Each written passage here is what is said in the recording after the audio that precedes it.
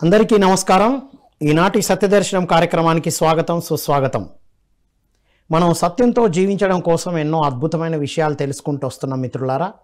బ్రహ్మర్షి పితామహ పత్రిజీ వారు సాధన, స్వాధ్యాయం, సజ్జన సాంగత్యం ఈ మూడు అద్భుతమైన సూత్రాలు ఇచ్చారు మనకు. అందులో పుస్తకాలు, ఆధ్యాత్మిక పుస్తకాలు చదవడం, చదివించడం అని 18 ఆదర్శ సూత్రాల్లో మెన్షన్ చేస్తూ హిమాలయ యోగి స్వామి రామ పుస్తకాలు చదవాలి అని మనకు రెఫర్ చేశారు.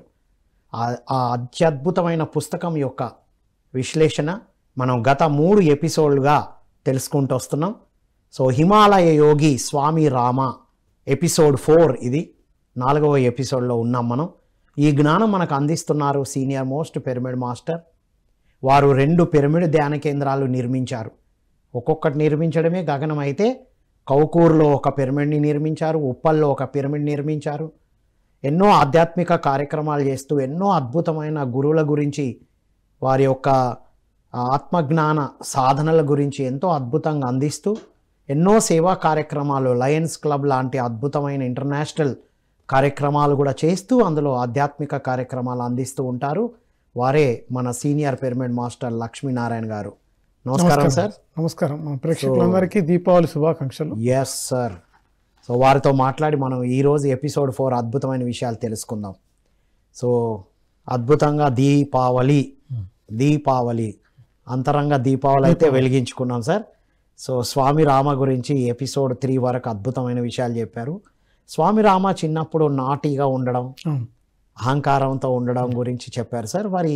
వారి అహంకారం వినయంగా ఎలా మార్చుకున్నారు? అది ఇప్పుడు స్వామి రామ గారు బెంగాలీ బాబా దగ్గర పెంపుడు కొడుకులాగా ఉండి ఒక ప్రత్యేకమైన గుర్తింపు పొందేవాడు మిగతా శిష్యుల కంటే. ఆ తర్వాత ఈయనకు కొన్ని ప్రత్యేక సూత్రాలు, తర్వాత ప్రత్యేక జ్ఞానం కూడా బోధిస్తూ ఉండేవాడు ఎవరు, బెంగాలీ బాబు గారు.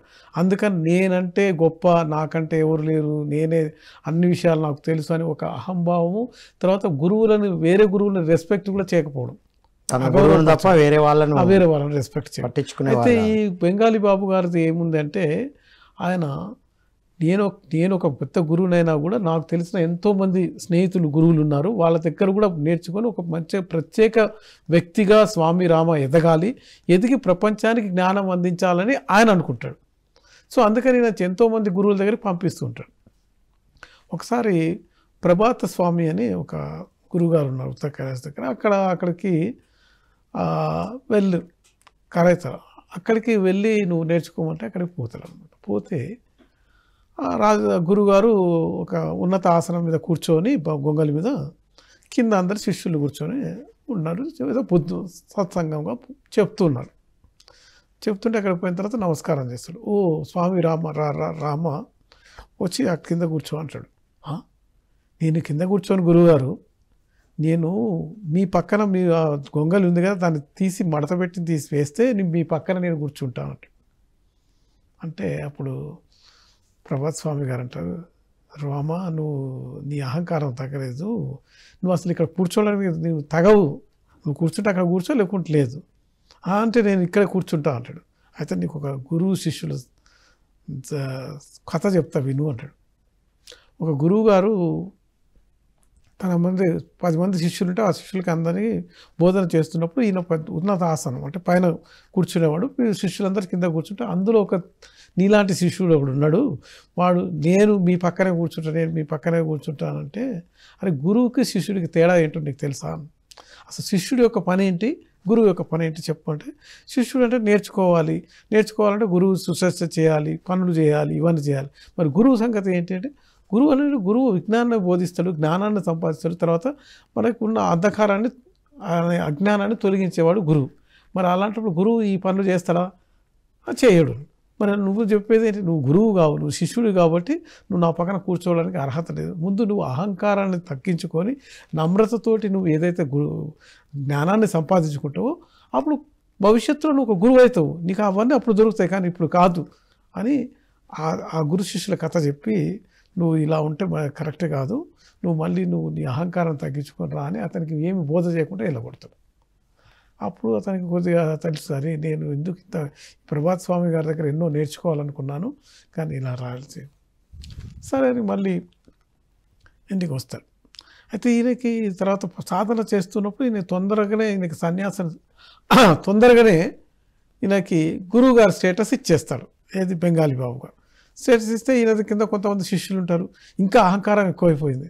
అరే నన్ను గురువు అందరూ నాకు నమస్కరించాలి, నా పని చేయాలి అని నేను చెప్పింది నోట్స్ రాసుకోవాలని. అయితే అనుకున్న శిష్యులలో ఒక అతను నోట్స్ రాసుకోవట్లేదు, ఒట్టిగానే కూర్చొని వింటున్నాడు. నేను నోట్స్ రాసుకోవట్లేదు, నాకు అర్థం కావట్లేదా లేకుండా అని అతన్ని పట్టుకొని రోజు నా బట్టలు ఉతుకు, నా ఆ పనులు చేయి, ఈ పనులు చేయి అని అట్లా చేస్తూ ఉంటాడు. అలా ఒక నెల 2 నెలలు తెలిసిపోతుంది. అతను ఏమీ అనడు అనమాట. ఆ తర్వాత ఏమైందంటే ఒకసారి ఇద్దరు కలిసి గంగానది తీరంలో దంతావధానం చేసుకోవడానికి వెళ్తారు. వెళ్ళి ఇద్దరు ఒక రాయి మీద కూర్చున్న తర్వాత నువ్వు పోయి ఆ నీళ్ళు పట్టుకొని రాపో, గంగానది నీళ్ళు తీసుకొని రాపో, నేను దంతావధానం చేసుకుంటున్నాను ఇట్లా పళ్ళు రుద్దుకుంటూ ఉంటాడు. అయితే నాకు చాలా కోపం వస్తుంది. ఆ శిష్యుడికి కోపం వచ్చి ఏమంటాడు, సరే నువ్వు దంతావధానం చేసుకుంటూ పళ్ళు రుద్దుకుంటూ ఉండులే అని చెప్పేసి వెళ్ళిపోతాడు. ఇక రాడు. అయితే అతని యొక్క మాట ఒక శాపంలాగా మారిపోయి ఎంత చేయి తీసుకున్నా కూడా, ఎంత దంతావధానం కింద పడేసినా కూడా ఏం రుద్దుకుంటూ ఇట్లా 2 రోజులు ఏమి తిండి తిప్పాలు లేకుండా అక్కడే ఉండిపోతాడు. అక్కడ రుద్దుతూనే ఉంటాడు. మొత్తం దవడలన్నీ నొప్పులు వేస్తాయి, వాస్తాయి, రక్తం కారుతూ ఉంటుంది. ఇదంతా పోయి గురువుగారికి తెలుస్తుంది. గురువుగారు అప్పుడు మళ్ళీ 2 రోజుల తర్వాత గురువుగారు వచ్చి ఏమైంది నీకు, ఏమైంది అంటే నేనేం చేయాలి, నేను ఎంత చేసుకున్నా కూడా ఇది అంటే నీకు అహంకారం చాలా ఎక్కువ ఉంది. అసలు ఆ శిష్యుడు ఎవరో తెలుసా, అతను నీకంటే ఎక్కువ జ్ఞానం ఉంది, కానీ భగవంతుడు నీ దగ్గర కూడా ఏదైనా కొత్త విషయాలు ఏమైనా నేర్చుకోమని చెప్పడం వల్ల అతను నీ దగ్గరకు వచ్చాడు. అతను నీకంటే తక్కువ స్థాయిలో లేడు. తర్వాత ఏ గురువు కూడా శిష్యుడిని అట్లా అవమానపరచడం చాలా తప్పు అని చెప్పి ఆ శాపాన్ని మళ్ళీ ఉపసంహరించుకొని అప్పుడు సరే నడువు అంటాడు. నడువు వస్తే ఎట్లా నేను నడవలేకపోతున్నాడు, అప్పుడు తూలిపడిపోయేటట్లున్నాడు. ఎందుకంటే 2 రోజులు తినలేదు. అప్పుడు నువ్వు అట్లా కాదు, ఎప్పుడైతే నువ్వు నమ్రతను అలవాటు చేసుకుంటావో నీకు శక్తి వస్తుంది అని చెప్పి అతను తీసుకొని ఆశ్రమానికి తీసుకెళ్తాడు అన్నమాట. అప్పుడు అతనికి అనిపిస్తాడు, నేను ఎవరిని ఇట్లా అహంకారంతో ఇట్లా చేయకూడదు అని. అంటే మన దగ్గర నేర్చుకోవడానికి వచ్చిన వాళ్ళు మనకన్నా తక్కువ వాళ్ళు కాదు. మన దగ్గర ఏదైనా కొత్త విషయం ఉందో తెలుసుకోవడానికి మాత్రమే వారి అంతరాత్మనో పరమాత్మనో అక్కడికి మన దగ్గరికి పంపించారు అంతే. సో ఎవరైనా మనం బోధించేటప్పుడు వినేవాళ్ళు తక్కువ అని ఎప్పుడు అనుకోరు. అదే పత్రిజీ నుంచి చూసాం, వినేవాళ్ళు తక్కువ అని అనుకోలేదు. అందుకే అందరు గురువుల దగ్గరికి వెళ్ళమన్నారు. అంటే అందరిపైన మనకు ఒక రెస్పెక్ట్ని క్రియేట్ చేశారు పత్రిజీ కదా. మా గురువే గ్రేట్ అని ఎక్కడ మనం కూడా విర్రవిగల, అందరి దగ్గరికి వెళ్ళాం, అన్నీ నేర్చుకున్నాం, అందరూ మార్గం చెప్తున్నారు, మా ప్రత్యేకత ఇది అని మాత్రం చెప్పగలిగే ఒక అద్భుతమైన జ్ఞానం మాత్రం మనకు అందించారు పత్రిజీ. Wonderful sir. అసలు ఇది జ్ఞాన దీపం. దీపావళి సందర్భంలో ఇది నిజమైన జ్ఞాన దీపం. అహంకారమే చీకటి. అహంకారంతో ఏ పని కూడా చేయలేము.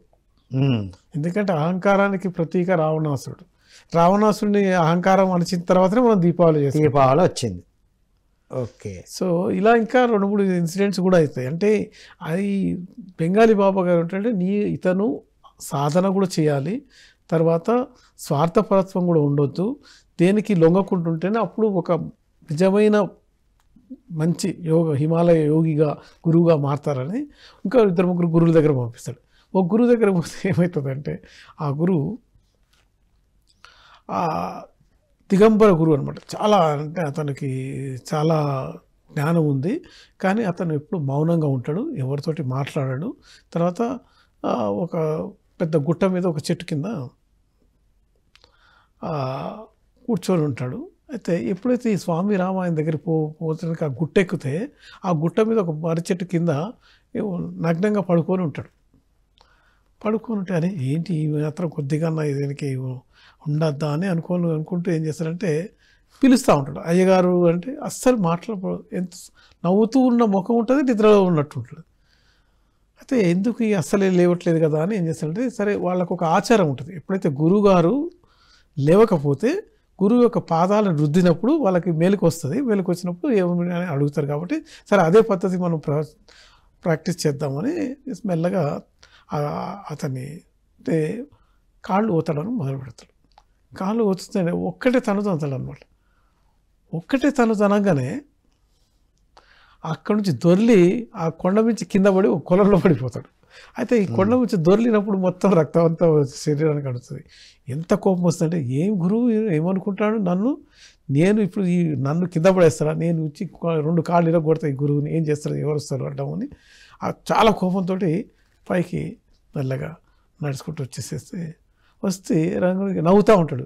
ఏంటి స్వామి రామ బాగున్నావా నువ్వు అని అంటాడు. ఏం బాగున్నాడో నన్ను తన్ని మీరు కింద పడేసి తర్వాత నాకు గాయాలు చేసి మీరు నన్ను బాగున్నారా అని అడుగుతుంటే, స్వామి రామ నువ్వు ఇప్పుడు ఒక మంచి పని చేశావు, నీలో ఉన్న కోపం అనే దేశాగ్నిని ఏ విధంగా పైకి తీసుకొస్తావు, ఏ విధంగా కంట్రోల్ చేసుకుంటావు, ఏ విధంగా నియంత్రిస్తావు అని తెలుసుకోవడం కోసం నేను తన్నాను.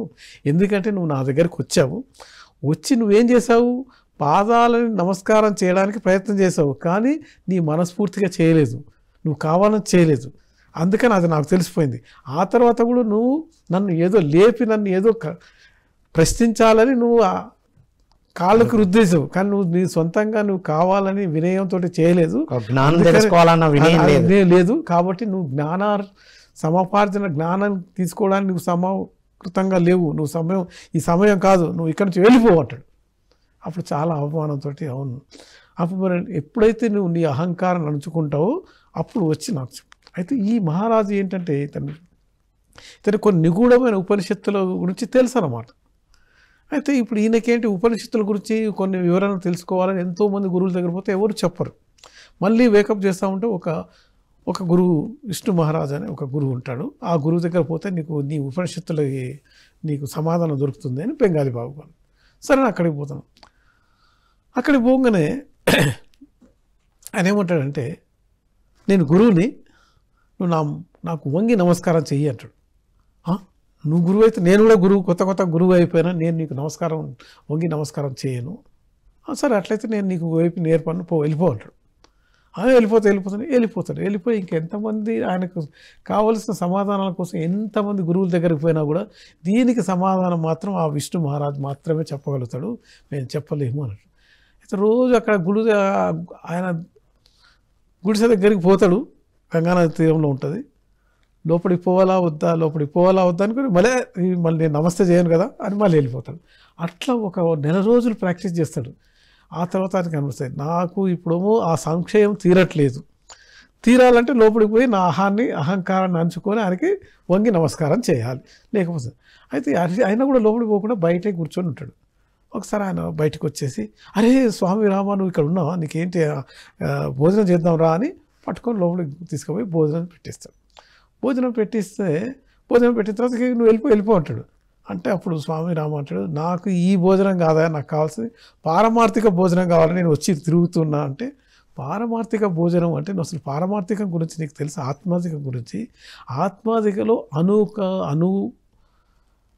కదా నమ్రత, వినయము, విధేయత ఇవన్నీ లేనప్పుడు ఏమీ నేర్చుకోలేవు.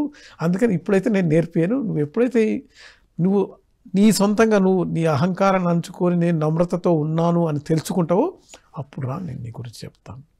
అంటే మళ్ళీ ఇంటికి వెళ్ళి చాలా ప్రయత్నం చేస్తుంటాడు, అహంకారాన్ని ఎట్లా అనుకోగలేదు. కొన్ని రోజుల తర్వాత తనకి సంపూర్ణ నమ్మకం వస్తుంది, నేను ఇప్పుడు అనుకోతో ఉన్నాను అని.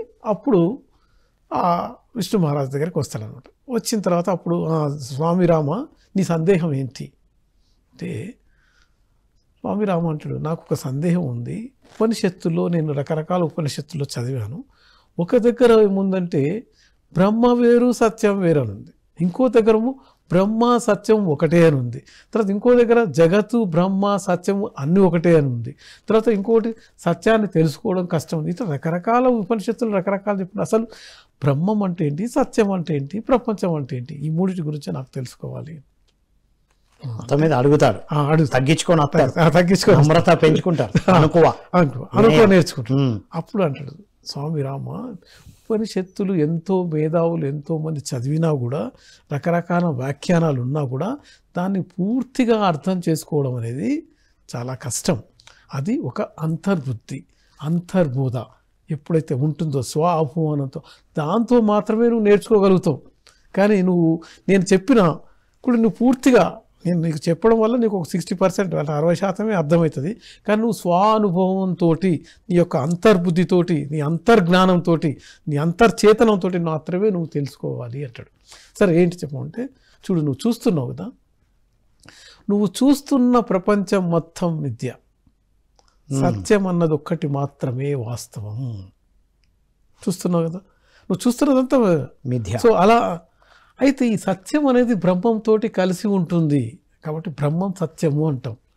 కానీ నీ దగ్గర నువ్వు చూసే కంటి చూపుతో చూసేది అంతా కూడా అబద్ధం. నువ్వేం చూస్తున్నావు అనేది అబద్ధం. అలా కాకుండా నువ్వు అంతర్నేత్రంతో చూస్తున్నావు కదా, అది సత్యం. సో ఇది రెండో దానికి సమాధానం.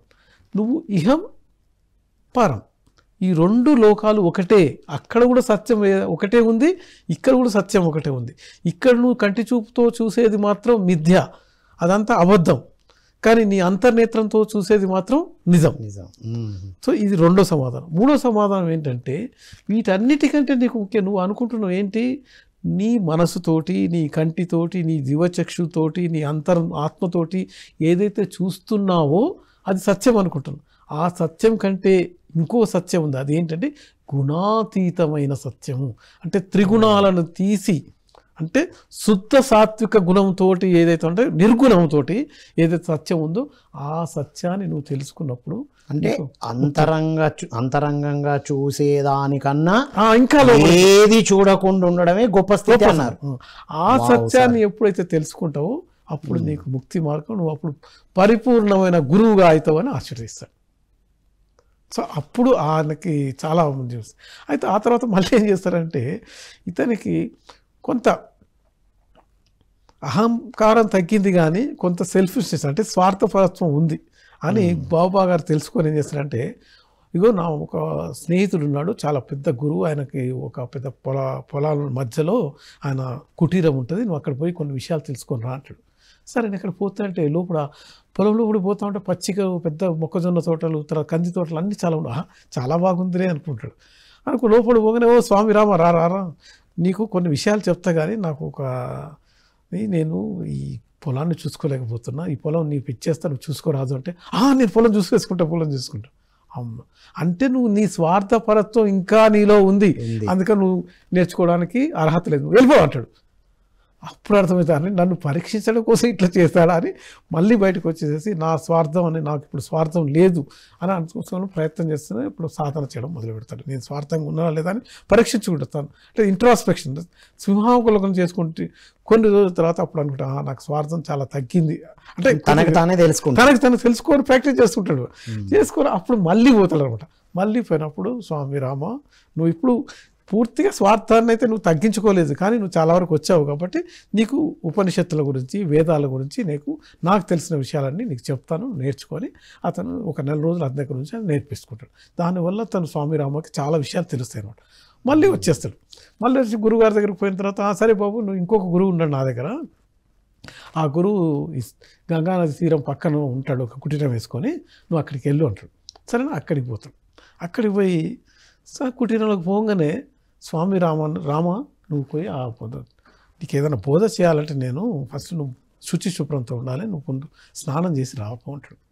సరే అని స్నానం చేయడానికి పోతాడు. పోయే ఒకరికి 3 బంగారు నాణాలు కనబడతాయి. అమ్మ 3 బంగారు నాణాలు ఇక్కడ చూస్తే ఎవడు లేడు, అది తీసుకొని తన అంగవస్త్రంలో వేసేసుకుంటాడు. వేసేసుకున్న తర్వాత స్నానం చేసేది వరకు అప్పుడు మళ్ళీ ఆలోచన వస్తుంది, అరే ఈ 3 బంగారు నాణాలు ఏం చేసుకుంటా, నేను ఏం చేసుకోలేను, అవి ఎవరు ఉంటే వాడికి చెందుతాయి, కానీ నేను తీసుకోవడం మంచిది కాదని మళ్ళీ అంగవస్త్రం నుంచి తీసి ఎక్కడున్నా అక్కడ పెట్టేస్తాడు. పెట్టేసిన తర్వాత మళ్ళీ గురువుగారి దగ్గరికి వస్తాడు. గురువుగారిలో కూర్చున్న తర్వాత, స్వామి రామ, నువ్వు గురుబోధ తీసుకోవడానికి అనర్హుడివయ్యా అంటాడు. అదేంటి, నేను అవును, నువ్వు బంగారు నాణాలు చూసావా లేదా? నేను చూశాను, తీసుకున్నాను, కానీ మళ్ళీ అక్కడ వదిలిపెట్టినా అంటే, ఎప్పుడైతే నువ్వు ఆ బంగారు నాణాలను ముట్టుకున్నావో అప్పుడు నీకు స్వార్థం ఇంకా కొంత ఉందని తెలిసిపోయింది.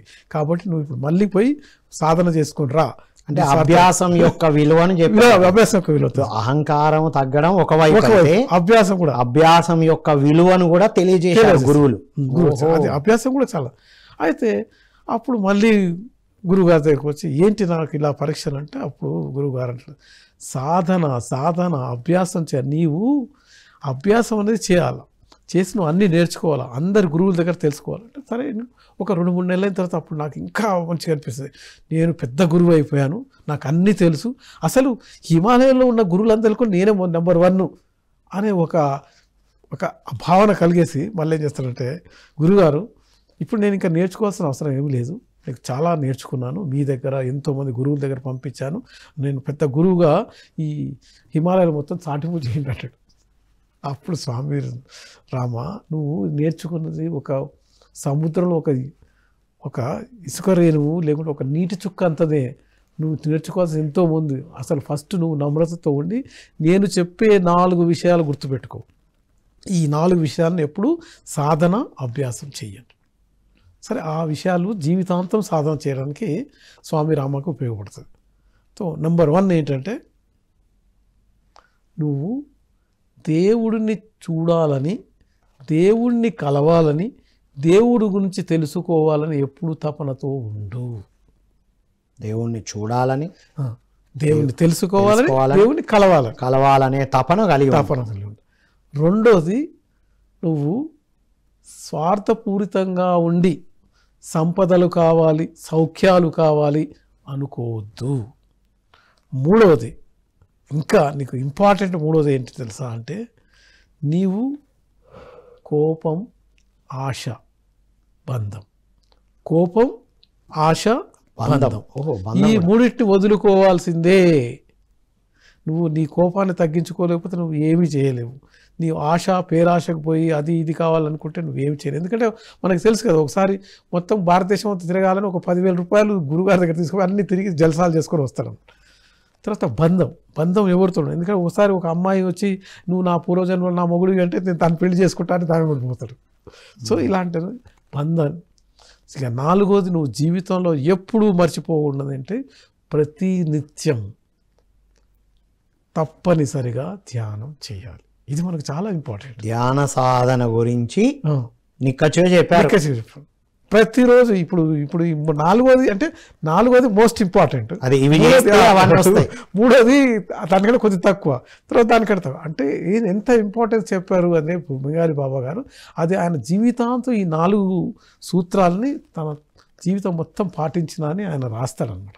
ఇక్కడ ఏమర్థమవుతుందంటే సార్, స్వామి రామ కూడా ఒక సాధారణమైన మనలాంటి ఒక సాధారణమైన వ్యక్తిలాగే తన జీవితాన్ని ప్రారంభించి ఎంతో మంది గురువుల సాంగత్యంతో ఈ 4 ఆచరించారు. అంత గొప్ప హిమాలయ యోగిగా ఎదిగారు అర్థం అవుతుంది. అంటే ఎవరికైనా సాధ్యమే, మనం ధ్యాన సాధనలో, ఆత్మజ్ఞాన సాధనలో ఉన్నప్పుడు అహంకారం పేట్రేగిపోతూ ఉంటది. ఇంకా ఇప్పుడు మనందరూ అబో master, senior master, grand master అనేటప్పటికీ ఇక మనం ఫుల్ అయిపోయినాం అనేది స్టార్ట్ అవుతుంది. అక్కడనే మనం గమనించాలి. కానీ పత్రిజీ ఏమి నేర్పించారు సార్ మనకి, ఎప్పటికప్పుడు సజ్జన సాంగత్యం అని పెట్టారు. ఎదుటి వాళ్ళ అనుభవాలు విన్న వెంటనే మనకు అర్థమైపోతుంది, అమ్మో మనకన్నా గొప్ప వాళ్ళు ఉన్నారు ఈడ, ఎంతో మంది ఉన్నారు. వెంటనే మన అహంకారం 0 అవ్వడానికి సజ్జన సాంగత్యం అనేది ఎంత అద్భుతమో ఇప్పుడు అర్థమవుతుంది సార్. సో ఈ 4 జీవితాంతం ఆచరించి ఒక అద్భుతమైన గురువులాగా, అంటే అన్ని ఎమోషన్స్ కి గురై మొత్తం సానబట్టబడి అంత రిఫైన్డ్ గురువుగా ఎదిగారు. వాహ్, అందుకే పత్రి సార్ స్వామి రామ అని మెన్షన్ చేశారు పుస్తకం చదవమని. Yes sir. సో మరి ఈ గదారి బాబా గురించి, వీళ్ళ సాంగత్యము ఏంటి సార్ ఇవన్నీ? అయితే స్వామి రామకి ఏముంటుందంటే, ఇప్పుడు హిమాలయాల్లో చాలా లోయలు ఉంటాయి.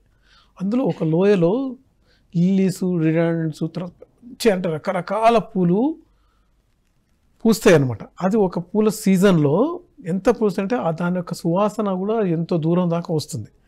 అయితే ఆ పూల లోయలోకి పోవాలి అంటే దారి తప్పిపోయే అవకాశం ఉంది. అప్పుడు స్వామి రామ తన గురువుగారిని అడిగితే, అక్కడ ఒక గుదరీ బాబా ఉన్నాడు. ఆ గుదరీ బాబా అంటే అతుకుల బొంత వేసుకొని ఒక కొంబలి, ఒక 40 కేజీల కంబలు వేసుకొని 80 సంవత్సరాల వయసులో దాన్ని మోసుకొని తిరుగుతూ ఉంటాడు అనమాట. ఆ లోయలో, ఆ లోయ చుట్టూ పక్కన చిన్న చిన్న అతుకులు ఉంటాయి, అతుకులు ఉంటాయి. ఓహో. అయితే ఏదైనా ఒక చిన్న గుడ్డపిల్ల తిరిగితే దాన్ని కుట్టేసేస్తాడు, దాన్ని కుడతాడు అంతే అంతే పడేయడు. సో అట్లా అయితే కానీ అంత 80 సంవత్సరాల వయసులో కూడా అంత అయితే ఈ స్వామి రామ సరే గురుగారు చెప్పారు కదా అని ఆయన పోయి కలుస్తాడు. కలిసి బాబా నేను ఇది నాకు ఈ పూల తోటలు మొత్తం చూపించు అంటే, సరే కానీ ఒకటి నువ్వు గుర్తుపెట్టుకో, నీకు చూపించాలంటే నువ్వు చాలా యువకుడుగా ఉన్నావు, ఈ గొంగలు నువ్వు మోయాల్సిందే, నువ్వు సరే సరే అంటాడు. ఆ గొంగలు తీసి ఆయన మీదకి వేయంగానే ఇట్లా తూలి కింద పడిపోతాడు. అంటే ఈయన ఎంతో బలిష్టంగా ఉండి ఆజానుబాహుడుగా ఉండి కూడా 40 కేజీలు భరించలేడు అనమాట. అరే నువ్వు ఇంత వయసులో ఉండి నువ్వు మంచికపోతే నీకు ఈ పూల సువాసన ఇవన్నీ నేను ఎట్లా చూపించగలుగుతాను, మోయాల్సిందే, కొద్ది దూరం పోయి అంటాడు. కొద్ది దూరం తీసుకొని పోతా ఉంటే అది ఎంత బరువు ఉందంటే ఆయన బాబా నీకు ఎందుక ఈ 40 కేజీల బొంతను నీకెందుకు అనవసరంగా పోతున్నట్టే, దీన్ని బొంతనవాకు ఇది సజీవ కంబలి, దీంట్లో ప్రాణం ఉంది తెలుసా నీకు అట్లు, ఇది ఎక్కడ ఉంది. సరే ఇట్లా కొద్ది దూరం పోయాక నెక్స్ట్ డే ఒక జపాన్ భిక్షు కలుస్తాడు. అతన్ని కూడా ఈ మొత్తం పూల తోట అంతా తిరగాలి, లోయలో అంతా తిరగాలని ఉంటుంది. ఆయన ఎంక్వైరీ చేస్తే ఈ గుదిరి బావ తప్ప ఎవరికి తెలియదు, లేకుంటే లోడిపోతే మొత్తం దారి తప్పిపోతాం. తర్వాత ఆ యొక్క సువాసనతోటి మన జ్ఞాపక శక్తి నశించిపోతుంది, మనం ఎవరో తెలుసుకోలేము. సరే ఆయన వచ్చి ఈయన కలుస్తాడు, ఎవరిని స్వామి రామని కలిసి, అది నువ్వు మీ గురువారు ఇప్పుడు ఆయనతోటే వెళ్తున్నావు, నన్ను కూడా తీసుకెళ్ళు అంటే, సరే నేను చెప్పి గుదిరి బాబా ఈయన కూడా తీసుకెళ్తాను. సరే గుదిరి బాబా అటు కొంచెం పక్కన పోయి చూస్తూ ఉండు. వీళ్ళిద్దరు పక్కకు పోయి ఏమనుకుంటాడు, ఈ ముసలోడు చెత్త కంపలు తీసుకొని ఎప్పుడు తిరుగుతూ ఉంటాడు ఏంటి, కానీ కాకపోతే వీడికి ఒక్కడికే తెలుసు కాబట్టి మనం వీడు తొంపడిపోవలసిందే అంటాడు. అప్పుడు ఆ జపాన్ భిక్షు అంటాడు, అవును నేను కూడా వీడు అమ్మను అది ఏదో ఆ కంబల్లో ఏదో ఉందంటాడు, దాన్ని వేసుకొని ఎప్పుడు తిరుగుతూ ఉంటాడు అని వీళ్ళిద్దరూ విమర్శిస్తూ ఉంటారు. ఆ తర్వాత మళ్ళీ గుదిరి బాబు వచ్చి, మీరు ఏదో చేస్తున్నట్టు నాకు తెలిసింది, ఇది కంబలి ఏమనుకుంటారు, ఇది సజీవ కంబలి, ఇది దీనికి ప్రాణం ఉంది, మీకు తెలుసో తెలియదు అంటే, వీళ్ళిద్దరు కొట్టుకోవచ్చు. లోపలికి కొద్ది దూరం పోయిన తర్వాత అట్లే దాని లోపల తిరగడానికి 10-15 రోజులు పడుతుంది అనమాట. అంత పెద్ద లోయ, అంత పెద్ద ఉద్యానవనం లాగా ఉంటుంది. ఒక 2 రోజులు కాగానే జపాన్ భిక్షుకి విపరీతమైన జ్వరం వచ్చి 104 డిగ్రీలు వణికిపోతూ ఉంటాడు, ఎక్కడ నడవలేని పరిస్థితి ఉంది. అప్పుడు సరే ఒక కూర్చుంటాడు.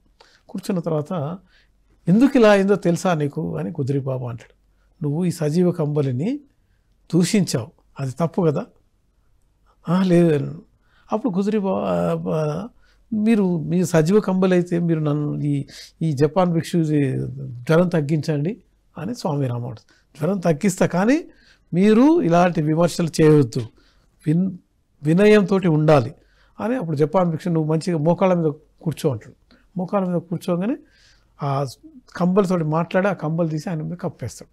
కప్పేసి 10 నిమిషాల దాకా నువ్వు ఏం చేయొద్దు, అట్లే ఉండు అని చెప్తాడు. 10 నిమిషాల తర్వాత కంబలు తీసుకొని తన మీద వేసుకుంటాడు.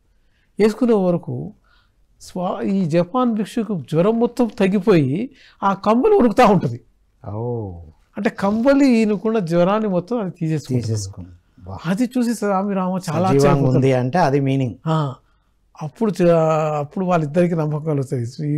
అది అంటే అప్పుడు చెప్తాడు అనమాట గుదిరి బాబా, చూడు నాకున్న ఏదైతే కొన్ని శక్తులు ఉన్నాయో ఆ శక్తులు నేను దీనికి దారపోసా, అందుకని ఇది ఎప్పుడు నా వెంబడి ఉంటుంది అని చెప్పి ఇక మళ్ళీ ముగ్గురు కలిసి మొత్తం ఆ లోయలంతా చూపిస్తారు. ఎనర్జీ బ్యాలెన్స్ కోసం బ్యాలెన్స్. షిరిడి సాయిబాబా వారు ఒకటి ఏంటి సార్ అది సట్కా పట్టుకుంటారు కదా, అలాగే ఇచ్చేసి అయితే ఆ తర్వాత కొన్ని రోజుల తర్వాత ఈ జపాన్ భిక్షు నేను మళ్ళీ వేరే వెళ్ళిపోతున్నా అని చెప్పి అతను వెళ్ళిపోతాడు. ఇతను కూడా ఆయనతో కొన్ని రోజులు ఉన్న తర్వాత చాలా విషయాలు ఏం చెప్తాడంటే, నువ్వు ఏం చూసినావు వీళ్ళిద్దరు అడుగుతావు, అసలు మీ పేరేంటి అంటే, మా పేరా గుర్తు రావట్లేదు, వీళ్ళిద్దరికి గుర్తు రావట్లేదు, కానీ కారణం కనబడుతున్నావు అంటే మన ముందు ఇంకా 2 మనుషులు ఉన్నారు అంతవరకే తెలుస్తుంది, కానీ ఆ 2 మనుషులు ఎవరు అన్నది నేను ఎవరిని అని తెలుసుకోలేకపోతున్నారు. అప్పుడు చెప్తారు, మీరు ఎంతో చదువుకున్న వాళ్ళు, మీకు ఎంతో జ్ఞానం ఉంది, మీరు గురువులు, కానీ నేను ఏమాత్రం చదువుకోలేదు, కానీ నాకు ఒక్కటే రూల్ తెలుసు, అది ఏంటి తెలుసా, స్వానుభవంతో ఏది తెలుసుకుంటామో అదే జ్ఞానము, ఇదొక్కటే నాకు తెలుసు, అది మీరు తెలుసుకోవాలి. స్వానుభవంతో తెలుసుకున్నదే జ్ఞానం, అనుభవమే జ్ఞానం. సో అప్పుడు చెప్తాడనమాట. ఇప్పుడు అదే విషయాన్ని ఆయన పదే చెప్తుంటాడు అనమాట స్వామి రామకి. అప్పుడు ఎప్పుడైతే అతని నుంచి విడిపోయి వస్తుంటాడో అప్పుడు అతనికి బలి పెరుగుతుంది అన్నట్టు. అవును, ఇప్పుడు నేను ఎన్నో తెలుసుకున్నాను కానీ వాటిని ఆచరణలో పెట్టుకోలేదు, కానీ నాకు అవన్నీ తెలుసు, నేనే గొప్పవాడిని, నేను ఒక గొప్ప గురువుని అనుకొని విరవీగుతూ అహంకారంతో ఉన్నాను. కానీ ఈ గుద్రి బాబాతోటి నేను తెలుసుకున్నది ఏంటంటే ఏ జ్ఞాన సంపాదన అయినా అధూరి అంటే అది అసంపూర్ణము. ఎప్పుడైతే నువ్వు దాన్ని స్వానుభావంతో తెలుసుకుంటావో అప్పుడే అది పరిపూర్ణమైన జ్ఞానము. అది గుదిరి బాబు దగ్గర నుంచి స్వానుభవం లేని జ్ఞానం ఏదైనా అధూరి అంటే అధూరి, అంతే, అసంపూర్ణం. అసంపూర్ణం. అనుభవ జ్ఞానంతో తెలుసుకున్నదే సంపూర్ణ జ్ఞానం. సంపూర్ణం. బా, వండర్ఫుల్ సార్. అసలు ఇంత పెద్ద ఎసెన్స్ ని, ఇన్ని సంఘటనలను ఒక్క మాటతో ఇచ్చేశారు పత్రిజీ మనకి. అనుభవమే జ్ఞానము. Wow wow, ultimate sir. అసలు సార్ మరి ఇప్పుడు ఈ వీరికి మరి ఇంత సాధనలో ఉన్నప్పుడు ఈ దయ్యం గురించి, సైతాన్ గురించి కొన్ని అనుభవాలు కొన్ని ఉన్నాయి. ఎందుకంటే స్వామి రామకు దయ్యాలంటే, పాములంటే చాలా విపరీతమైన భయం, అంటే చిన్నప్పటి నుంచి. కానీ ఇది మన గురువు గారికి చెప్పడు అన్నట్టు. అచ్చా. చెప్పకుండా ఒకసారి ఏమవుతుందంటే ఒక ఒంటరిగా నడిచి, అంటే ఒక 2-3 విద్యార్థులతోటి కలిసి ప్రయాణం చేస్తూ వెళ్ళిపోతున్నాడు. చాలా దూరం నడిచిన తర్వాత ఏమనిపిస్తుంది అంటే సరే కొంతసేపు విశ్రమిద్దామని అందరు కలిసి ఒక గుహ లాంటి ఉంటుంది అక్కడ, దాంట్లో పడుకుంటారు. అయితే ఆ గుహ అది సాయంత్రం సమయం 6-7 అవుతా ఉంది. విపరీతమైన గాలి వస్తుంది. ఆ గాలికి చల్లటి గాలి. అందుకని ఏం చేస్తారంటే 2 చేతులు మెడ మీద పెట్టుకొని పండుకుంటారు అన్నమాట. పండుకుంటే రాత్రి ఒక కళ వస్తుంది. ఆ కళలో దయ్యం వచ్చేసేసి ఇతని స్వామి రామ మెడని నొక్కుతూ ఉంటుంది. అమ్మ నన్ను నొక్కుతున్నాను పెద్దగా అరుస్తుంటాడు. అరుస్తుంటే పక్కన ఉన్న విద్యార్థులు లేసి ఏమైంది మీకు అంటే, లేదు నాకు దయ్యం పట్టుకుంది, దయ్యం నన్ను మెడ నొక్కేస్తుంది, నన్ను చంపేస్తుంటే. ఎక్కడ దయ్యం స్వామి రామ, అసలు నువ్వే నీ 2 చేతులతోటి మెడని నొక్కుంటున్నావు, ఇక్కడ ఎవరు లేరు, మనం ఉన్నదే ఇక్కడ, దయ్యం లేదు భూతం లేదు అంటే అప్పుడు కళ్ళు తెరిచి చూసే వరకు 2 చేతులు భయం మీద ఉన్నాయి, ఆయన చేతులే. అరే నేను ఇంత ఘోరంగా భయం, ఇంత ఘోరంగా నేను భయపడుతున్నాను దయ్యం అంటే, ఈ దయ్యం అనేది కాదు, మన భ్రాంతి. మనం ఏదైతే భయపడతామో అప్పుడే మనకు దయ్యం ఉంటుంది, అదే కనబడుతుంది. ప్రపంచంలో ఏది ఒకటే సత్యం. ఏంటి ఆ సత్యం అంటే దైవం అనేటి ఉండడం మాత్రమే. ఎప్పుడైతే దైవం ఉండడం నేను నమ్ముతానో దైవం లేదు, భూతం లేదు, పిశాచిలు లేవు అని అప్పుడు అతనికి ఒక జ్ఞానం. దైవాన్ని నమ్మకపోతే ఇవన్నీ వస్తాయి. దైవం మీద ఉన్న అనుమానమే ఈ దైవము, భూతము, పిశాచం అని శక్తి వస్తాయి. అంటే ఉన్నదంతా దైవశక్తి మాత్రం. సరే ఎన్ని చూసినా, ఎక్కడ చూసినా, ఇవన్నీ ఎన్ని చూపించినా మళ్ళా దైవశక్తి ముందు ఇవన్నీ ఏమైనా ఓడిపోవడాలే, చిన్నవే, చాలా చిన్నవి. అయితే సరే ఇప్పుడు మళ్ళీ ఎందుకైతే ఇప్పుడు తనకు దయ్యం అంటే భయం పడిపోయింది, తగ్గింది. కానీ వేరే వాళ్ళ ప్రజలకు ఉంటుంది కదా. అయితే ఒకసారి ఒక పాతపడ చిన్న ఊరుంటే ఆ ఊరికి పక్కనే ఒక క్రైస్తవులది ఆంగ్లేయుల శ్మశాన వాటిక ఉంటుంది. ఆ ఆంగ్లేయుల శ్మశాన వాటికలో ఏంటంటే సమాధి మాదిరి మంచి గట్టి ఉంటారు. అదే ఇది చాలా బాగుంది కదా అని ఆ ఒక సమాధి మీద కూర్చొని రోజు తెల్లగా వేసుకొని ధ్యానం చేసుకుంటూ ఉంటారు అర్ధరాత్రి. అయితే ఆ 2 పోలీసు వాళ్ళు పహారాకు పోయి చూసి, అమ్మ తెల్లదయ్యం ఉంది చూస్తే ఊరంతా ప్రచారం చేసేస్తారు. తర్వాత పోయి పోలీసు ఆఫీసర్కి చెప్తారు. పోలీస్ ఆఫీసర్ కూడా అరే ఇదేదో గడబడ ఉంది అని పోలీసు వాళ్ళందరూ పట్టుకొని, కొంతమంది గ్రామ ప్రజలను పట్టుకొని అర్ధరాత్రి వచ్చేసరికి అట్లే సరే ఎవరు అంటే అసలు ఏం తప్పు లేదు. టార్చ్ లైట్ వేస్తారు, సమాధానం లేదు. గాల్లో తుపాకులు పేలుస్తారు, సమాధానం తప్పు లేదు. అరే ఇదేదో గడబడ ఉందని అప్పుడు అంటారు, సార్ కాల్చేద్దాం అంటే అప్పుడు అధికారి ఉంటాడు, కాదు ఒకసారి ఫస్ట్ చూద్దాం, కదిలించి చూద్దామని దగ్గరకు వచ్చి ఇట్లా కదులుతారు. కలిసి అప్పుడు ఇక ధ్యానం భంగం అయిపోయి ఎవరు నువ్వు అని కళ్ళు తెరుస్తారు. తెరిచే వరకు ఆ ఒక ఆంగ్లేయ అధికారి, పోలీసు వాళ్ళు, తర్వాత గ్రామ ప్రజలు ఉన్నారు. ఏమైంది అంటే, అది మీరు దయ్యం అనుకుంటున్నావు, మరి కనీసం గాలిలో తుపాకులు పేల్చిన తర్వాత కూడా నువ్వు ఏమన్నా కదలాలి కదా అంటే, నేను ఏది నా ధ్యానంలో నాకు ఏం తెలియలేదు, నేను అనుకుని అది చూస్తే ఆ అధికారి స్వామి రామకి ఎప్పటి నుంచో పరిచయం ఉంది. అరే ఆ స్వామి రామ మాదే తప్పైపోయింది, మేము మిమ్మల్ని గుర్తించలేదు అని చెప్పేసి ఆ పక్కన వాళ్ళు చెప్తారు, సాంట్రీలు ఉన్నారు కదా, మీరు రోజు వచ్చి అర్ధరాత్రి ఈ స్వామి రామకి ఒక చాయ్ పోసి అంటే కొద్దిగా ధ్యానం మంచిగా చేసుకుంటాడని చెప్పేసి వెళ్ళిపోతాడు అనమాట. సో ఎప్పుడైతే ఈ ప్రచారం జరిగిపోయిందో అప్పుడు ఆ పోలీస్ స్టేషన్లో ఉన్న సూపరింటెండెంట్ పూసు అని ఉంటాడు. ఆయనకి దయ్యాలంటే విపరీతమైన భయం. సో అతను వచ్చేసి స్వామి రామని కలుస్తాడు. నాకు దయ్యాలంటే చాలా భయం ఉంది, ఈ భయాన్ని ఎట్లా పోగొట్టుకుంటూ ఉంటే సరే స్వామి రామ రోజు వచ్చాను కదా కొన్ని క్లాసులు చెప్పేవాడు. ఏం చెప్పాడంటే మనిషికి ప్రప్రథముగా ఉండే భయం ఏంటి అంటే నేను చచ్చిపోతాను అనేది. ఎప్పుడైతే నీకు చావు భయం ఉంటుందో మిగతా అన్ని భయాలు వస్తాయి. అంతే, చావు భయం వెనకాలనే ఇవన్నీ ఉంటాయి. ఎప్పుడైతే నువ్వు ఈ చావు భయాన్ని తీసుకొని బయటికి తీస్తావో నిన్ను గురించి నీకు లోపల అంతర్భంలో కొంత భయం ఉంటుంది. నేను ఇలా ఉన్నాను, అలా ఉన్నాను, ఇది చేస్తున్నాను, అది చేస్తున్నాను. ఎప్పుడైతే ఆ భయం వస్తుందో ఆ భయమే నీకు బయట దయ్యంలా కనబడుతుంది. ఎందుకంటే నీ అంతర్భయంతో నువ్వు కళలు కంటావు, ఆ కళల్లో దయ్యాలు వస్తాయి, ఆ దయ్యాలు నిజంగా ఉన్నాయని నువ్వు అనుకుంటావు. కాబట్టి క్రియేటెడే అన్ని క్రియేషన్. కాబట్టి నువ్వు ఫస్ట్ చావుకు భయం పడకుండా ఉండాలి. రెండోది నీ గురించి నువ్వు అంతర్మదంలో భయపడొద్దు. అప్పుడు నువ్వు కళలు కన్నప్పుడు ఆ కళల్లో భయం వస్తుంది. కాబట్టి దయ్యం అనేది ఏమీ లేదు, అదొక భ్రాంతి మాత్రమే. నువ్వు ఎవరికైనా భయపడాలంటే ఎవరికి భయపడాలి? దేవుడికి భయపడాలి, దైవానికి భయపడాల్సిన అవసరం లేదు. అవును సార్, చాలా మంది దైవానికి భయపడరు, దయ్యాలకు భయపడతారు. అవును, అంతే కదా. దైవం నిజంగా దైవము దైవశక్తి ఎంత పవర్ఫుల్లో తెలుసు, ఎన్నో జరుగుతూ ఉన్నాయని తెలుసు, అయినా దైవశక్తికి భయపడరు. ఎందుకంటే దేవుడు మన గుప్పెట్లో ఉన్నాడు, మన జేబులో ఉన్నాడు అనుకుంటాడు. అది ఒకసారి దండం పెడతారు, కొబ్బరికాయ అలాంటి ఉండి భ్రమల్లో ఉన్నారు. అది పెద్ద భ్రమే, అది ఒక భ్రమ కదా. సో ఇలా చెప్పేసిన తర్వాత అతనికి కొన్ని రోజుల తర్వాత అతనికి చాలా నమ్మకం ఉంటుంది. నేను ఇప్పుడు దయ్యానికి భయపడను, చావుకు భయపడను, నా గురించి నేను ఆలోచించను అని చెప్పి ఆయన మళ్ళీ ఆస్ట్రేలియా వెళ్ళిపోతాడు. అంటే భయాలను, తన భయాన్నే కాదు అందరి భయాల్ని పోగొట్టారు. దైవశక్తి గురించే బోధించాడు అంతే. ఏ శక్తులు లేవి ఏమి కావు, అది నీ భ్రమలే. అంటే మన లోపలున్న భయమే ఒక వికృత ధూపం దాల్చి మనం ఏది అనుకుంటే అదే సృష్టి జరుగుతుంది. ఇప్పుడు మనం ఒక దయ్యం నల్లగా ఉందంటే నల్లగా దయ్యం కనబడుతుంది, తెల్లగా ఉంటుంది తెల్లగా దయ్యం కనబడుతుంది, అలా అనమాట. ఇప్పుడు ఎన్నో చూసాం, ఎన్నో విన్నాం, ఎన్నో చదివాం కదా, అదంతా మెంటల్ పిక్చర్ మీద చూపిస్తుంది, రిప్లై చేస్తాం.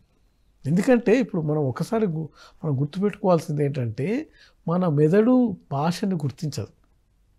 మన మెదడులో ప్రతి ఒక్కటి ఒక రూపంలాగా, అంటే ఒక పిక్చర్ లాగా మెమొరైజ్డ్ అంటే నిక్షిప్తమై ఉంటుంది అనమాట.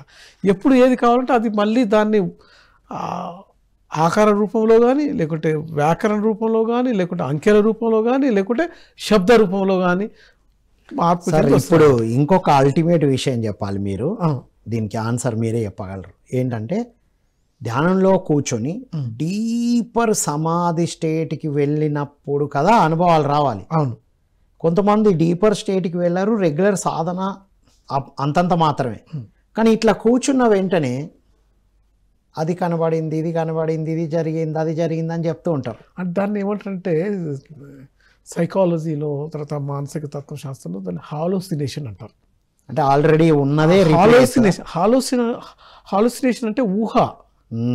ఎప్పుడైతే ఊహలో అంటే డిటర్మైండ్ అయిపోతాడు, నాకు ఇప్పుడు ఈరోజు సాయిబాబా కనబడుతున్నారు, నేను ధ్యానంలోకి పోగానే సాయిబాబా కనబడుతున్నాడు, నాకు సాయిబాబా గారు నాతో మాట్లాడుతున్నాడు అని ఎప్పుడైతే ఇలా మాట్లాడాలి ఆ పిక్చర్ అనుకొని ఏం చేస్తాడంటే ఇప్పుడు అది పూర్తి ధ్యానం కాదు, అంటే ఒక సగం ధ్యానం, సగం ఎరుక, సగం నిద్ర. ఇలాంటి స్థితిలో ఉన్నప్పుడు ఏమవుతుందంటే ఏదైతే తన మెదడులో నిక్షిప్తమై ఉన్నదో అది ఆ పిక్చర్ మనం ఎదురుగా ఉంటుంది. అంటే ఇప్పుడు ఆ క్షణంలో అనుకోకపోయినా ఇంతకు ముందు నిక్షిప్తమై ఉంటాయి అంతే. ఇప్పుడు అంతకుముందు 2 రోజుల ముందో 10 రోజుల ముందో లేకుంటే ఎప్పుడో చిన్నప్పుడు అనుకున్నా కూడా రికాల్ అయిపోతుంది అనమాట. ఆ ఎనర్జీ అలైన్ అయినప్పుడు రికాల్ అవుతుంది. అసలు అనుభవాలు ఎప్పుడు వస్తాయి, అసలు సిసలు అనుభవాలు? అంటే అనుభవాలు అంటే ఇక్కడ ఏంటంటే అనుభవము అన్నది ఇప్పుడు ఇహము పరము అని మనం 2 అనుకుంటున్నాం కదా. ఎవరైతే ఇప్పుడు మనకు పరలోకాలని చూడాలి, పరలోకాల్లో నేనేం చేశాను లేకుంటే నేనేం చేయబోతున్నాను అని ఎప్పుడైతే అతనికి ఒక అవగాహన ఉండి, ఒక ఎరుక అనేది ఉండి సాధన చేస్తూ ఉంటాడు. ఇప్పుడు ప్రతి మనిషికి 3 అవస్థలు ఉంటాయి. ఏది? జాగ్రత్త అవస్థ. జాగ్రత్త అవస్థలో ఏం చేస్తాడు? ఓన్లీ ఊహ, నేను ఇది చేయాలి అది చేయాలి అనుకొని ఆ ఊహల్లో విహరించడం మొదలు పెడతాడు.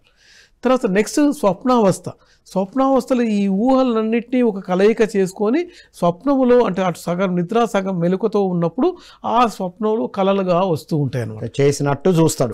ఇక్కడేమో ఆ, ఊహ, ఆ. అక్కడేమో చేతలు కళలు. ఆ తర్వాత గాఢ నిద్ర, సుషప్తి. ఎప్పుడైతే సుషప్తిలోకి పోతాడో అన్కాన్షియస్ మైండ్ ఉంటుంది అనమాట. ఈ అన్కాన్షియస్ మైండ్లో ఎప్పుడైతే అతనికి తెలుస్తుందో అప్పుడు అతనికి తను అనుకున్న ఊహలు, తను అనుకున్న ఈ అనుభవాలు, తనకుండే ఈ యొక్క ఏదైతే ఉన్నదో దాన్ని ద్రష్ట అంటారు. ద్రష్ట అంటే ఏంటి? చూడడం, చూసే వ్యక్తి అనమాట. ద్రష్టకి దృశ్యం కనబడుతుంది అనమాట. ఆ దృశ్యం కనబడుతుంది, కానీ అది ఎంతవరకు కరెక్టు, ఎంతవరకు నిజము, ఎంతవరకు అబద్ధము, ఎంతవరకు వాస్తవం అనేది మనం చెప్పలేము. అది సాధనను బట్టి. కానీ ఇక లాస్ట్ స్టేజ్ అయితే ఉంటుందో తురియా అనేది ఉంటుందో, ఎప్పుడైతే తురియా స్టేజ్కి వెళ్తాడో అప్పుడు మాత్రం కంపల్సరీ అతను దైవానికి కనెక్ట్ అయిపోతాడు అనమాట. అప్పుడు అసలు సిసలైన వైబ్రేషన్స్ వస్తాయి. తర్వాత దైవాన్ని కనెక్ట్, అప్పుడు వచ్చిన అనుభవం ఏది ఉంటుందో అది కంపల్సరీ 100% రియల్ అనమాట. వావ్, ఇది అల్టిమేట్ ఆన్సర్ సార్. నెక్స్ట్ పులి గుహలో ఏం జరిగింది సార్? పులి గుహ. ఇప్పుడు మనం ఇంకా 2 ఉన్నాయి. ఒకటో తాములది, ఒకటి పులి గురించి ముందు చెప్తాం. స్వామి రామ ఒకసారి తను ఒంటరిగా నేపాల్ పోవడానికి, కాఠ్మండు పోవడానికి పోతూ ఉంటాడు అనమాట. పోతూ ఉన్న మార్గ మధ్యంలో బాగా రోజు 20-30 కిలోమీటర్లు నడిచి ఆ సాయంత్రం అయిపోయిన తర్వాత ఒక మంట రాజు చేసుకొని ఏదో ఉంటే కొంచెం తిని పండ్లు పొలం తినేసేసి పడుకునేవాడు అనమాట. అయితే ఆయన దగ్గర ఏముండేది కాదు, ఒక కూజాలో నీళ్లు, ఒక కంబలి, ఒక చేతికర్ర, ఇట్లాంటివి మాత్రమే ఉండేవి. అయితే ఒకరోజు బాగా అలసిపోయింది అనుకొని ఆ పక్కన ఒక చిన్న గుహ కనబడితే ఆ గుహలో పోయి కంబలు వేసేసుకొని నిద్రపోతాడు. కొద్దిసేపు నిద్రపోయిన తర్వాత తన శరీరం మీద ఏదో గోకినట్లు అనిపిస్తూ ఉంది. అరే ఎవరబ్బా నన్ను గోకేదని చూస్తే తన కడుపు మీద 3 చిన్న పెద్ద పులి పిల్లలు అనమాట, 15-20 రోజుల వయసున్న పిల్లలు వచ్చి ఆడుకుంటా ఉన్నాయి. ఆడుకుంటా ఎందుకు అప్పుడు అనిపిస్తుంది, అదే తల్లి పులి కోసము లేకపోతే పాల కోసం వచ్చినాయని వాటిని నిద్ర పడుకొని వాటిని నిమురుతూ ఉంటాడు అనమాట. నిమురుతూ ఉండి కొద్దిసేపు ఇట్లా చూసే వరకు గుహ ముందు ఈ తల్లి పులి పెద్దగా ఇట్లా చూస్తూ ఉన్నది. అప్పుడు ఒకసారి నాకు బాగా భయం అనిపిస్తుంది. అరే ఇప్పుడు ఏంటి, మనం బయటికి వెళ్ళాలంటే ఆ గుహ ద్వారంలో నిలబడి ఉన్నది. అప్పుడు మళ్ళీ ఆలోచించి ధ్యానంలోకి వెళ్ళిపోతే అప్పుడు ధ్యానంలో అతనికి ఒక సందేశం వస్తుంది. ఎప్పుడైతే నువ్వు ఈ పులి పిల్లలకు అపకారము చేయవను అని నిశ్చయించుకున్నావో అప్పుడే ఆ పులి కూడా నిన్ను అపకారం చేయదని నిశ్చయించుకుంది అని ఒక సందేశం వస్తుంది అనమాట. అట్లా అనుకుని కంబలి చుట్టేసి ఆ 3 పులి పిల్లలకి టాటా చెప్పేసేసి ఆ కొంబలి కూజా తీసుకొని కర్ర తీసుకొని బయటకు వస్తూ ఉంటాడు. ఎప్పుడైతే అతను గుహ ద్వారాన్ని దగ్గరికి వచ్చిందో ఆ తల్లి పులి పక్కకి తప్పుకుంటుంది. ఈయన మళ్ళీ ద్వారం నుంచి బయటికి వెళ్ళిపోయిన తర్వాత ఈయన ఒక 10-15 ఫీట్లు దూరం పోయిండు అని చూసి అప్పుడు మళ్ళీ గుహలో వెళ్ళి తన పిల్లల దగ్గరికి వెళ్ళిపోతుంది అనమాట. అది దూరం నుంచి చూస్తాడు. అప్పుడు అనిపిస్తుంది, ఎవరైతే జంతువులకు ఎలాంటి హాని చేయరో అప్పుడు ఆ జంతువులు కంపల్సరిగా మనకు హాని చేయవు. జంతువులకున్న ప్రేమ భావము, స్నేహభావము మనిషి కంటే చాలా ఎక్కువ ఉంటుంది. అందుకే అవి దగ్గరికి రావడం అందుకే కదా. అందుకని అప్పుడు తెలుసుకుంటున్నాడు జంతువులతో ప్రేమతత్వంతో ఉండాలి. అది ఒకవేళ వైల్డ్ అంటే మృగమైనా కూడా మనకి హాని చేయదు. ఎప్పుడైతే మనము దానికి హాని చెయ్యము అని నిశ్చయించుకున్నప్పుడు అని ఒక సత్యాన్ని తెలుసుకొని టెలిపాతిగా వెళ్ళిపోతుంది వాటి తెలుసుకో, మన థాట్స్ ని మన భావాల్ని పసిగడుతుంది ప్రతి జంతువు అని అర్థం. Wow sir. సో అలా ఇక మనం లాస్ట్కి అంటే పాముల గురించి మనం ఇంకొంత పాము దగ్గర చెప్పండి. ఇక అయితే స్వామి రామకు చిన్నప్పటి నుంచి పాములంటే భయం, కానీ అది పాములంటే భయం అని వేరే వాళ్ళకి చెప్పాలంటే అది ఒక బిడియము, భయం. సో అది ఎవరికి చెప్పడు.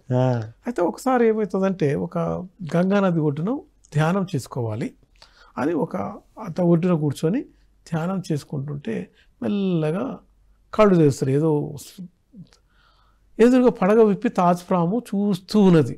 ఒకటేసారి భయంతో మళ్ళీ కళ్ళు మూసుకుంటాడు. మళ్ళీ ఒక అర్ధగంట తర్వాత మళ్ళీ మెల్లగా కళ్ళు తెరిచి చూస్తే అది అక్కడే ఉన్నది. ఇదేంటి అని మళ్ళీ ఇంకో గంట సేపు ధ్యానం చేస్తాడు.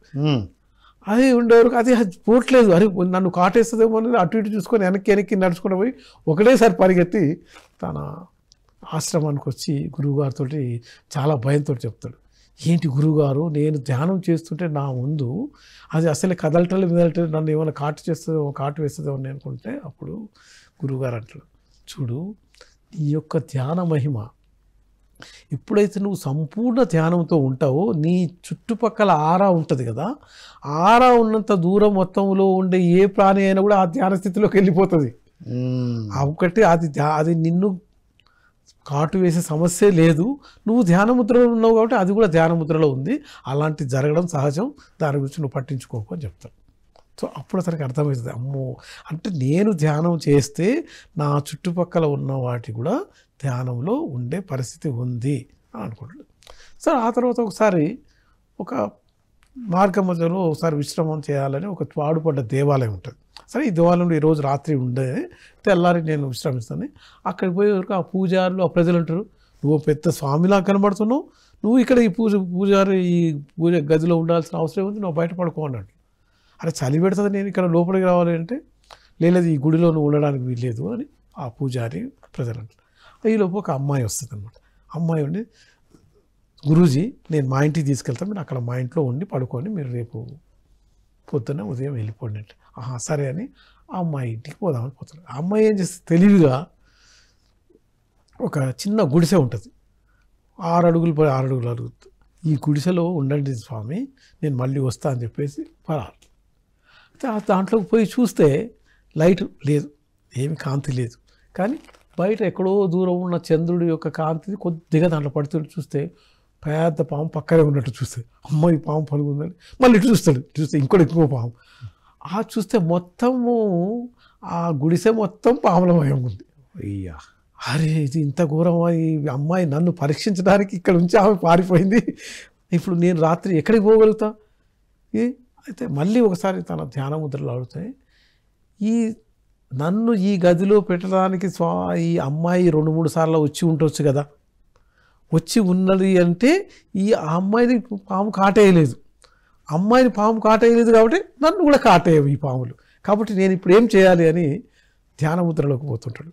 ధ్యాన ముద్ర పోతున్న అంత ధ్యానం అంతా ఇది పాముల మీదకే ఉంటుంది, కానీ మధ్య మధ్యలో లేచి చూస్తూ ఉంటే పాములు ఎక్కడెప్పుడు అక్కడే కదలిక లేకుంటున్నాయి, కానీ ఎప్పుడైనా వచ్చి నన్ను కాటేస్తే కానీ మళ్ళీ కొంతసేపు మళ్ళీ చేస్తాను. అట్లా రాత్రి అంతా ధ్యానము పాముల మీద ధ్యానం, మామూలు ధ్యానము పాముల మీద ధ్యానం, ఇలా చేసుకుంటే తెల్లారే వరకు అట్లా ఉంటాడు. ఉండి ఈ తెల్లారంగానే అక్కడి నుంచి ఈ పరమేశ్వరాన్ని బయటకు వచ్చేస్తే మళ్ళీ అక్కడి నుంచి తిరిగి వచ్చిన తర్వాత ఇక నేను ఓపుకరించుకొని నా గురువు గారి దగ్గర నా శాస్త్రాగా నమస్కరిస్తాను, నేను మీకు తెలవకుండా కొన్ని విషయాలు దాచాను అంటే, అవును నాకు తెలుసు నీకు పాములు అంటే చాలా భయం ఉన్నది, అరే మీరు మా దయం మరి నాకు పాములంటే భయం ఉన్నప్పుడు మీకు తెలిసినప్పుడు నన్ను ఆ భయం విముక్తిని ఎందుకు చేయలేదు అంటే, నేను చూస్తున్నాను నువ్వు ఎప్పుడు అడుగుతావో నన్ను అని, నువ్వు ఇప్పటి వరకు పాములు అంటే నీకు భయం ఉన్నాను నాకు ఎప్పుడైనా చెప్పావా, చెప్పలేదు, ఇప్పుడు ఆ పాముల గుడిసెలో ఉన్నందుకు నీకు తెలిసి వచ్చింది కాబట్టి నన్ను అడుగుతున్నావు అంటే, నాకు ఈ పాముల భయం నువ్వు విముక్తి చేయంటే, సరే రేపు మనం ఒక అడవికి పోతున్నాము, తెల్లవారుజామున 3:30కే నీకు ఒక పూజ చేపిస్తా, ఆ పూజ చేసిన తర్వాత నీకు పాములు అంటే అస్సలు భయం ఉండదు అంటే, సరే తెల్లారు చేసి ఒక అడవిలోకి వెళ్ళిపోయి పూజకి పూలు ఆకులు కావాలి, ఈ ఆ పక్కన ఒక పెద్ద పూల కుప్ప ఆకులు ఉన్నాయి, అవి అడవి పూలు తీసుకొని రా అంటారు. అంటే అక్కడ పోయి చూస్తే ఒక పెద్ద ఆకుల కుప్ప ఉంటుంది, అమ్మ ఇదే కదా గురువుగారు చెప్పినని ఆకులను తీద్దామని ఒక చేయి పెట్టి దానిలో చేయి పెట్టంగానే చెవిలో పెద్ద పాము వచ్చి చెవులు పడిపోతాయి, చేతిలోకి వచ్చే వరకు దాన్ని వదిలిపెడదామంటే అది కాటు చేస్తుంది. అట్లా పడుకుంటే దూరం నుంచి గురువుగారు పిలుస్తాడు, స్వామి రామ వచ్చేసేయి, లేదు నా చేతిలో పాము ఉంది, నేను ఆ పాము నన్ను కరుస్తుంటే ఆ పాము నిన్ను కరవదు కానీ ఆ పామును అట్లే పట్టుకున్నా అంటాడు.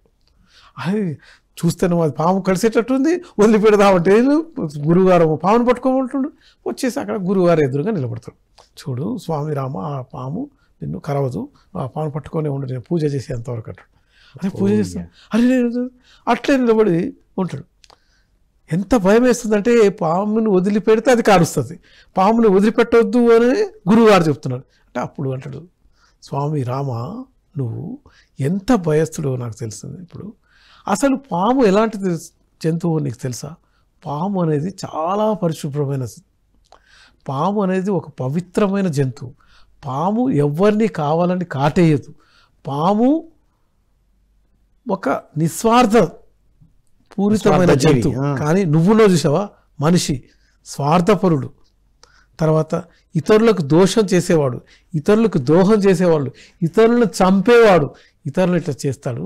కాబట్టి నీకు అంటే నువ్వుండే జాతికి ఆ పాము జాతికి చాలా తేడా ఉందయ్యా, నువ్వు పాము నిన్ను కరగదు అని ఇట్లా పాము గురించి ఎన్నో రకరకాల చెప్తూ ఉంటాడు. ఈయన అనుకుంటే ఏవో పూజ చేస్తాడు అనుకుంటాడు. అలా చేస్తూ ఉంటే ఒక అర్ధగంట అయింది, గంట అయింది. ఆ తర్వాత అనిపిస్తుంది అరే ఈ పాము నన్ను ఏమి చేయదు. ఎందుకంటే పాముని నేనేం చేయాలనుకోవట్లేదు. నేను పాముని ఏదైనా కొట్టాలి చంపాలి అనుకున్నప్పుడు మాత్రమే పాము నన్ను చేస్తుంది. ఇదే నేను అక్కడ నేర్చుకున్నది. ఇది 2 సంఘటనలు జరిగినాయి. కాబట్టి ఇప్పుడు ఈ పాము నన్ను ఏం చెప్పదు, గురువుగారు చెప్పేంతవరకు నేను ఈ పాముని పట్టుకొని ఉంటాను అని నిశ్చయానికి వస్తాను. అలా గంటల తరబడి గురువుగారు ఈ పాము గురించి, పాము యొక్క లాభాల గురించి, పాము చేసేది మనిషి చేసేది, మనిషికి పాముకున్న తేడా వీటన్ని చెప్తా ఉన్న కొద్దీ పాము గురించి భయం అనేది మెల్లమెల్లగా తగ్గి 0 అయిపోతుంది అనమాట. ఎప్పుడైతే శూన్యం అయిపోయిందో అప్పుడు ఆ పామును వదిలిపెట్టి పాము గురాము అయిపోయింది పూజ. అదే జ్ఞానమే పూజ. అప్పుడు సార్ పూజ అనే పదం వాడడం వల్ల ఇప్పుడు అన్ని ఏవేవో చేస్తున్నాం. జ్ఞానమే పూజ. అయితే అప్పటి నుంచి జీవితం మొత్తం అంటే అతను స్వామి రామ బతుకున్నంత వరకు పాములు అంటే భయపడరు. వాహ్, wonderful sir. So final your message sir. మనం ఇప్పుడు నిన్న దీపావళి చేసుకున్నాం, కొంతమంది ఇవాళ దీపావళి చేసుకుంటున్నారు. దీపావళి అంటే ఏంటి అంటే నరకాన్ని అంటే చీకటిని అనే అజ్ఞానాన్ని జయించాం. అజ్ఞానాన్ని జయించడం కోసం జ్ఞానాన్ని సంపాదన చేసుకోవాలంటే మనకు ఒక అసలైన జ్ఞానపరమైన గురువు కావాలి. అలాగే స్వామి రామకు బెంగాలీ బాబా గారు ఒక పెద్ద గురువుగా అతని అదృష్టం కొంత జయించాడు. మరి రకరకాల గురువుల దగ్గర ఎన్నో విషయాలు నేర్చుకున్నాడు. అలాగే మనం కూడా పత్రిజీ గారు ఒక మన అద్భుతమైన గురువుగారు మనకు దొరికారు. ఆయన గురించి మనం ఎన్నో విషయాలు నేర్చుకున్నాం. అలా ఇంకా వేరే గురువు గారు పుస్తకాలు చదువుకొని తర్వాత వేరే గురువు ఓషో ఉండొచ్చు, ఇంకా తర్వాత మహావతార బాబా ఉన్నాడు, రమణ మహర్షి ఉంది. ఆ గురువుల దగ్గర నుంచి కూడా కొంత నేర్చుకొని కానీ ఈ ఎవరైతే గుదిరి బాబా చెప్పిన సందేశాన్ని మాత్రం ఎప్పుడూ మరవద్దు. ఏంటి స్వానుభవంతో మాత్రమే నేర్చుకున్నది అసలైన సంపూర్ణమైన జ్ఞానం. అలా మన ప్రతి ఒక్క పిరమిడ్ మాస్టరు సంపూర్ణ జ్ఞానం తెలుసుకుంటారని ఆశిస్తూ అందరికీ మరొక్కసారి దీపావళి శుభాకాంక్షలు. Thank you so much sir, అద్భుతమైన విషయాలు అందించారు. సో ఇది మిత్రులారా, స్వామి రామ మనలాగే సాధారణంగా అహంకారం కలిగి ఉండి కొద్దిగా జ్ఞానం రాగానే అబ్బో అన్నీ తెలిసిపోయినాయి అనుకునే అహంకారాన్ని అనుకువగా మార్చడానికి ఎంతోమంది గురువుల దగ్గరికి పంపించారు. వారి గురువు ఎంతోమంది దగ్గరికి వెళ్ళిన తర్వాత సాధన ఒక్కటే మార్గము, సాధన ద్వారానే ఈ సుగుణాలను సంపాదిస్తాం, అనుకువ ఇవన్నీ. తర్వాత భయాలు ఎన్నిటినో జయించడానికి కూడా అనుభవ జ్ఞానంతో నేర్పించారు గురువులు. సో అనుభవ జ్ఞానం, అనుభవమే జ్ఞానము. చదివింది జ్ఞానం కాదు మిత్రులారా. పుస్తకాలు చదివి నాకు జ్ఞానం వచ్చింది అనుకుంటే కాదు అనేదే స్వామి రామన్ నుంచి తెలుసుకున్నాం. ఆ ఆచరించి వచ్చిన అనుభవ జ్ఞానమే నిజమైన సంపూర్ణమైన జ్ఞానం అనేదే ఓవరాల్గా తెలుసుకున్నాం మనం. సో నేను పూజ చేపిస్తా అని తీసుకెళ్లారు గురూజీ. ఈ పూజ అంటే ఏంటి? జ్ఞానమే మిత్రులారా. ఏదో బయటికి చేసి విగ్రహాల ముందు ఫోటోల ముందు చేయడం కాదు మిత్రులారా. ధ్యాన సాధనలో మన లోపలికి మనం వెళ్ళి అంతరంగంగా తీసుకునే జ్ఞానమే అనేది తెలుసుకున్నాం. చీకటి నుండి వెలుగు వైపుకి ప్రయాణం, వారి భయాల నుండి అహంకారం నుండి వెలుగు వైపుకి ప్రయాణం చేశారు స్వామి రామగారు హిమాలయన్ మాస్టర్గా. సో మనం కూడా ఈ దీపావళి సందర్భంగా చీకటి నుండి వెలుగుకి ప్రయాణం చేస్తున్నాం. మన ఆత్మదీపాన్ని వెలిగించుకుంటున్నాం.